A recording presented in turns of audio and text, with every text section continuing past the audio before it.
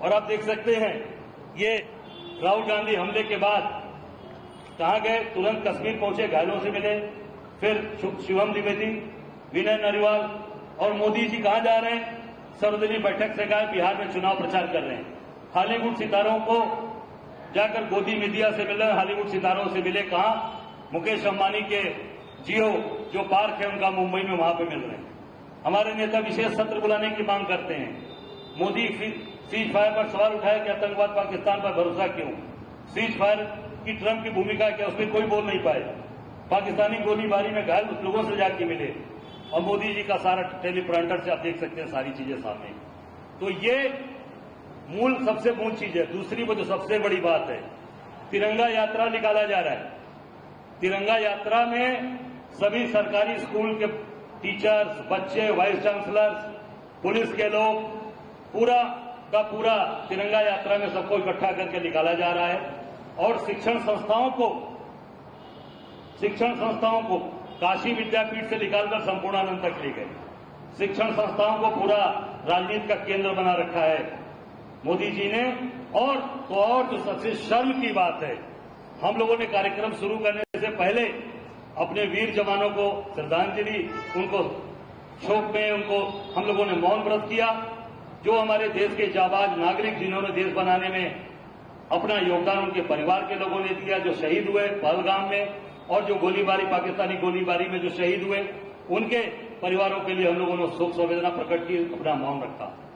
ये सबसे दुखद है कि तिरंगा यात्रा निकाल रहे हैं, ये तिरंगा यात्रा निकाल रहे हैं और तिरंगा यात्रा में डीजे बज रहा है, शहनाई बज रही है, ये खुशी मना रहे हैं। अपने शहीदों के प्रति कोई भी शोक नहीं रखना, अपने बहादुर जाबाज साथियों को कोई भी वहां पर न शोक व्यक्त किया, न उनके बीच में जाकर वो उनके खड़े, न उनसे मिलने गए, न उनके परिवार में गए। हम लोग तो बहादुर सैनिकों के घर भी गए। इटावा का एक सैनिक सूरज यादव जो प्रेमपुरा गांव का रहने वाला था, मैं उसके घर गया, 2 बार गया, उसकी शांति पाठ में भी गया, उसके जब उस दिन बॉडी आई तो उसके घर गया और वहां पर वो 3 घंटे उसके परिवार के लोग परेशान थे इटावा में, उनको डीप फ्रीजर तक नहीं किया, बॉडी में स्मेल आ गई। उनके परिवार के लोगों ने मुझसे बताया, आप पूछ सकते हैं उनके परिवार से।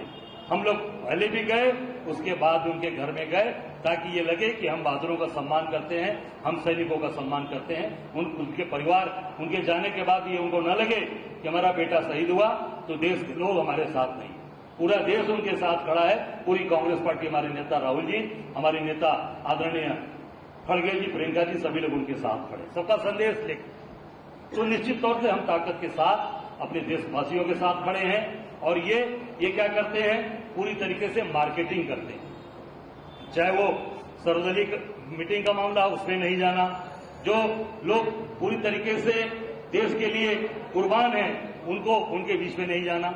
सीज फायर की घोषणा कौन करता है, डोनाल्ड ट्रंप करते हैं और लगातार बोलते हैं देश के बारे में, अपने देश को के लोग अपमानित करते हैं। तो देश कौन चला रहा है मोदी जी, आप मन की बात कल भी किए, आपने सीज फायर की बात नहीं कही, देश जानना चाहता, आपने देश को संबोधित भी किया, उसमें भी नहीं बोला आपने कि आज जो ट्रंप ने सीज फायर की घोषणा की उसकी सही जानकारी ये बताइए कि देश कौन चला रहा है, नरेंद्र मोदी जी चला रहे हैं या डोनाल्ड ट्रंप चला रहे हैं, ये देश के लोग जानना चाहते हैं। कल भी मन की बात में आपने कोई सीज फायर की बात नहीं, कोई भी बात नहीं की कि क्यों एक बैग ये सीज फायर की घोषणा कर दिया ट्रंप ने, और उसमें पूरा दबाव कि हमने ये बोला भी ट्रंप ने कि हमने व्यापार की बात कही कि अगर आप सीज फायर नहीं करोगे तो हम ट्रेड बंद कर देंगे, व्यापार बंद कर देंगे। तो ये देश और मान सम्मान से, प्रतिष्ठा से बढ़कर क्या व्यापार है?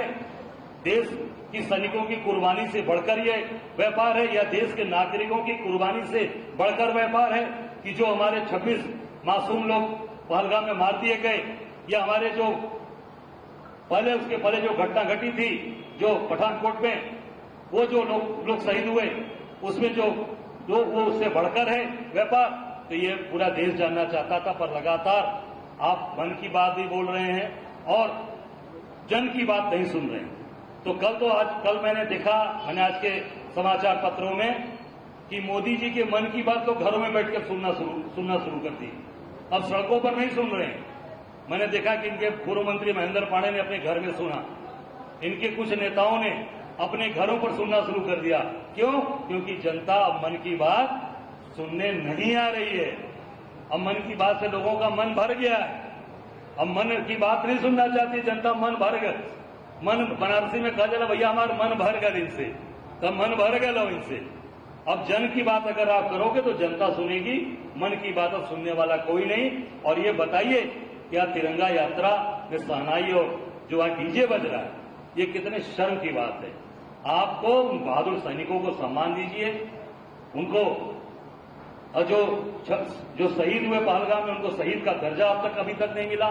लगातार हमारे नेता आदरणीय राहुल जी ने प्रेस कॉन्फ्रेंस में कहकर भी बोला, मीडिया में बोला, उसके बाद भी आपने अभी शहीद का दर्जा नहीं दिया।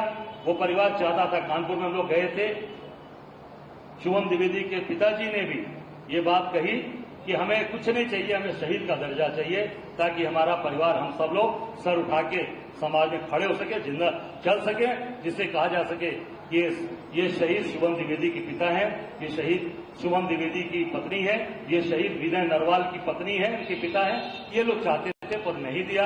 ये देश जानना चाहता है।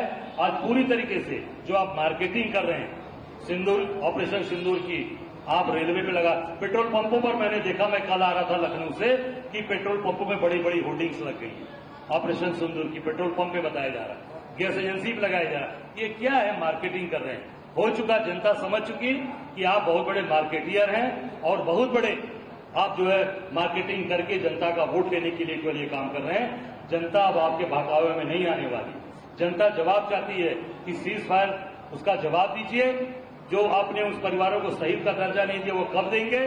और जो आज परिवार जो आज उन हमलों में जो मारा गया है, उस परिवार को नौकरी कब दे रहे हैं? उन परिवारों को मुआवजा कब दे रहे हैं? जहां राहुल जी गए थे, निश्चित तौर से देश जानना चाहता है।